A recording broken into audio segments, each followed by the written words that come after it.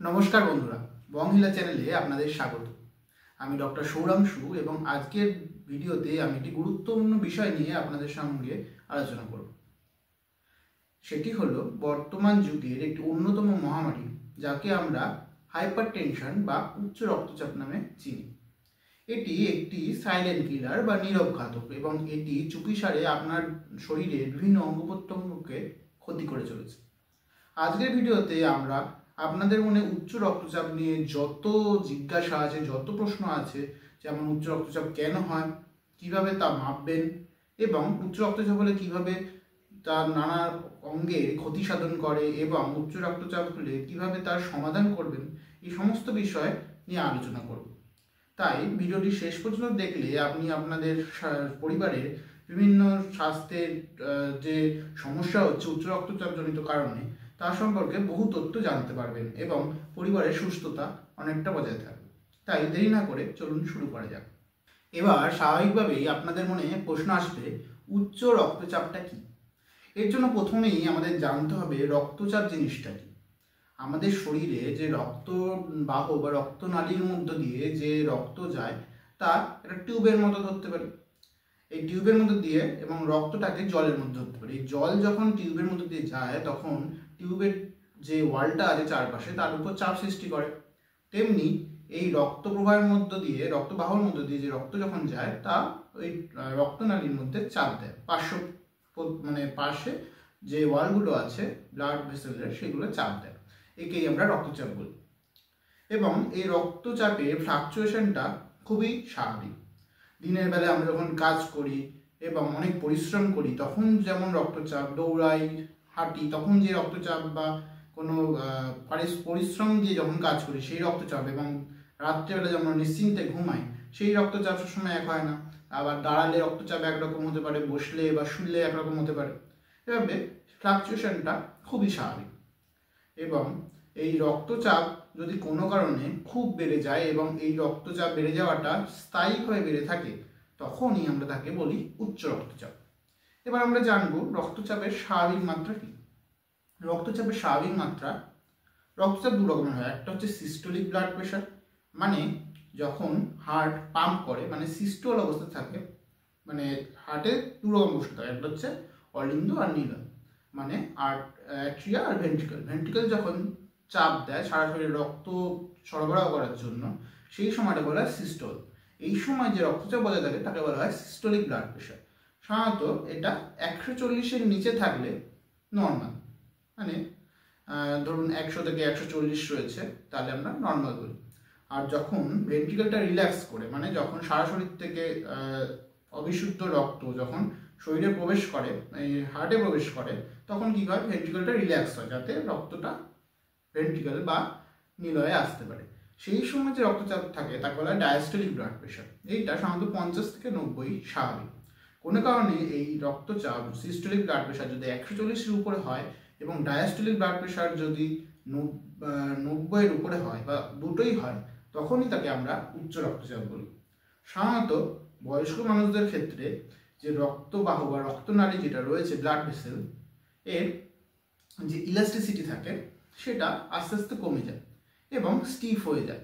তখন কি হয়, যে এই যে পাশের দেয়ালে রক্ত যাওয়ার সময় রক্তনালী বা ব্লাড ভেসেলের মধ্যে পাশের দেয়ালে যে চাপ দিচ্ছে, সেইটা অনেক বেড়ে যায় এবং উচ্চ রক্তচাপ সৃষ্টি হতে পারে।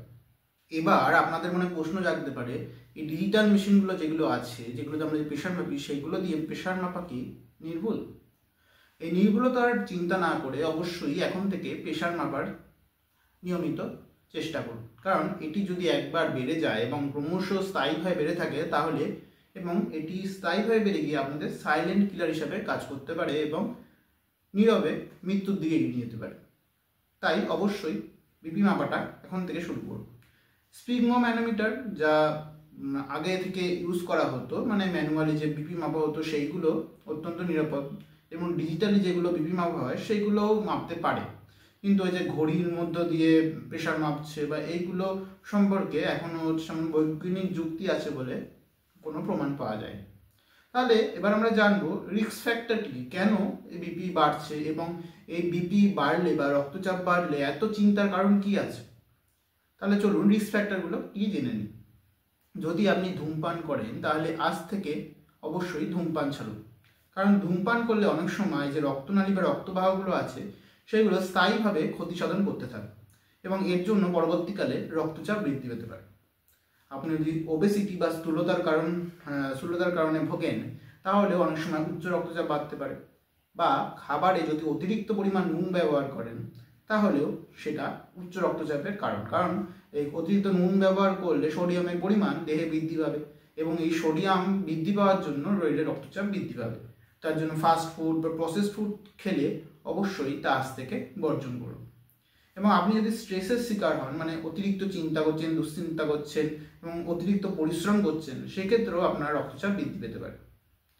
তাছাড়া বংশগত কারণে যদি আপনাদের বংশে কারোর উচ্চ রক্তচাপ থাকে তাহলেও সেক্ষেত্রেও আপনিও পরবর্তীকালে এই উচ্চ রক্তচাপের শিকার হতে পারে। তাই অবশ্যই আপনাদের ব্লাড প্রেশারটা মাঝে মাঝে অবশ্যই মেজার করা দরকার, কারণ নাহলে দেরি হয়ে গেলে এটি নীরবে আপনার অনেক ক্ষতি সাধন করতে পারে এবং সাইলেন্ট কিলার হিসেবে কাজ করতে পারে এবং শরীরের বিভিন্ন অঙ্গ প্রত্যঙ্গের ক্ষতি সাধন করতে পারে। এরকম নানাবিধ কারণে আপনাদের রক্তচাপ ক্রমশ বৃদ্ধি পেতে থাকে। এবার এই উচ্চ রক্তচাপ কি বা কেন হচ্ছে সেটা সম্পর্কে আমরা জানলাম, কিন্তু এটা নিয়ে চিন্তার কারণ কি? কারণ এটা যদি একবার হয়ে যায় এবং স্থায়ীভাবে বজায় থাকে তাহলে নানাবিধ ক্ষতি সাধন করতে পারে। এই উচ্চ রক্তচাপ জনিত কারণে অনেক সময় যদি মাথায় যে রক্তনালীগুলো আছে সেইগুলো যদি ফেটে যায় বা ব্লক হয়ে যায় তাহলে আপনার স্ট্রোক পর্যন্ত হতে পারে, বা হার্টের মাসেলগুলো যদি কাজ করতে না পারে বা পাম্প করতে না পারে তাহলে হার্ট অ্যাটাক বা হার্ট ফেলিওর হতে পারে, দৃষ্টিশক্তি হ্রাস পেতে পারে, অথবা চোখের মধ্যে যে রেটিনা আছে সেইখানে রক্তনালীগুলো অনেক সময় অসুবিধা হতে পারে এবং এর ফলে আপনাদের দৃষ্টিশক্তি পর্যন্ত হ্রাস পেতে পারে। এবং কিডনির যে সূক্ষ্ম রক্তনালীগুলো আছে সেইগুলো যদি ক্ষতিগ্রস্ত হয় আপনাদের কিডনি পর্যন্ত ফেল করতে পারে। এরকম অজস্র ক্ষতি আপনাদের শরীরে এই উচ্চ রক্তচাপজনিত কারণে হতে পারে। তাই এই রক্তচাপ নিয়ে অবশ্যই আপনাদের এখন থেকে চিন্তা করা অবশ্যই জরুরি, এবং আপনারা যদি এই প্রিভেনশন বেটার দেন কিওর এটা যদি মাথায় রাখেন তাহলে এখন থেকে রক্তচাপ মেজার করে এবং সুস্থ জীবনযাপন বা সুস্থ খাবার দাবার খেয়ে এই রক্তচাপটাকে নিয়ন্ত্রণ করতে পারবেন এবং এই নীরব ঘাতক বা সাইলেন্ট কিলার যেটা আছে সেটাকে রুখে দিতে পারবেন। তাহলে এবার শুনে নিই যে এই রক্তচাপকে ঠেকানোর উপায় কি আছে। এই উচ্চ রক্তচাপকে ঠেকানোর জন্য অবশ্যই আমাদের কিভাবে রক্তচাপ বা ব্লাড প্রেসার মেজার করতে হয় সেটা অবশ্যই আমাদের জানা দরকার, এবং এটা আমরা ভিডিও শেষের দিকে ব্যাখ্যা করব। তাহলে আমরা উচ্চ রক্তচাপকে তো মেজার করলাম, এবার সেটা কীভাবে রুখে দেবো সেটা সম্পর্কে আলোচনা করে যাব। প্রথমে হলো জীবনশৈলীর পরিবর্তন। যদি আপনি খাদ্য তালিকায় বেশি পরিমাণে লবণ খান সেইটা অবশ্যই বর্জন করুন। বেশি স্থূলতাতে ভুগছেন, ওবেসিটিতে ভুগছেন, সেইটা আপনাদের কমাতে হবে।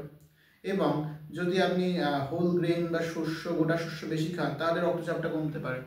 তাছাড়া নিয়মিত ব্যায়াম করা এবং স্ট্রেস থেকে মুক্তি পাওয়া, এবং আপনারা যদি ক্রমাগত প্রিভেনশনটাকে মাথায় রাখেন এবং এই সমস্ত জিনিস থেকে দূরে থাকেন তাহলে আপনারা রক্তচাপটা নিয়ন্ত্রণে রাখতে পারবেন। এগুলোর পরেও যদি আপনাদের রক্তচাপ ক্রমশ বাড়তে থাকে তাহলে অবশ্যই চিকিৎসার সম্মুখীন হতে হবে এবং চিকিৎসার আশ্রয় নিতে হবে। সেক্ষেত্রে বিভিন্ন মুখে খাওয়ার ওরাল ট্যাবলেট ওষুধ অবশ্যই নিতে পারেন। এক্ষেত্রে কি কি ওষুধ আমরা ব্যবহার করি সেই সম্পর্কে চলুন জেনে নেওয়া যাক। এই ওষুধগুলোর মধ্যে অন্যতম হলো AC inhibitor, angiotensin converting enzyme inhibitor এবং অ্যাঞ্জিওটেনসিন রিসেপ্টর ব্লকার। এইগুলো কি করে? রক্তনালীগুলিকে শিথিল করে। তাছাড়া ক্যালসিয়াম চ্যানেল ব্লকার হতে পারে, যেমন আমরা নিত্য শুনি একটা ওষুধের নাম অ্যামলোডিপিন বা অ্যামলোকাইন নামে যেটা বাজারে চলতি আছে, সেইটার কাজ কি? সেইটাই রক্তনালীগুলোকে চওড়া করে যাতে চাপটা কম পড়ে। এবং তাছাড়া হতে পারে ডায়োটিক্স হতে পারে। ডায়োটিক্সের কাজ কি? শরীর থেকে যে অতিরিক্ত লবণ রয়েছে সেটাকে বের করে দিতে পারে। তাছাড়া অনেক বিটা ব্লকার হতে পারে, হৃদস্পন্দন বা হৃৎপিণ্ডের উপর যে অতিরিক্ত চাপ পড়ছে সেইটাকে কমাতে পারে। এরকম নানাবিধ ওষুধ আপনার রক্তচাপকে কমাতে সাহায্য করে।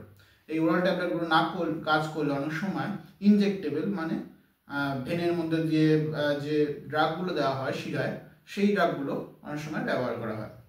এবার জেনে নেব যে রক্তচাপ কিভাবে মাপতে হয়। রক্তচাপ মেজার করার পদ্ধতি সম্পর্কে আমরা বিস্তরে আলোচনা করব। রক্তচাপ যে আমরা ম্যানুয়ালি মাপি সেইটা দু রকম হতে পারে, অসকালটেটরি মেথড হতে পারে এবং প্যালপেটরি মেথড হতে পারে।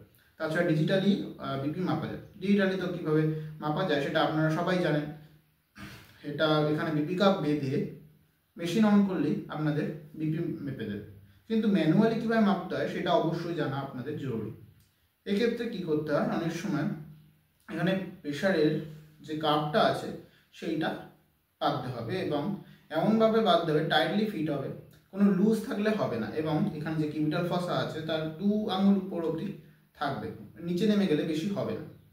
তখন কি করতে হবে, এবং কানে স্টেথো লাগাতে হবে।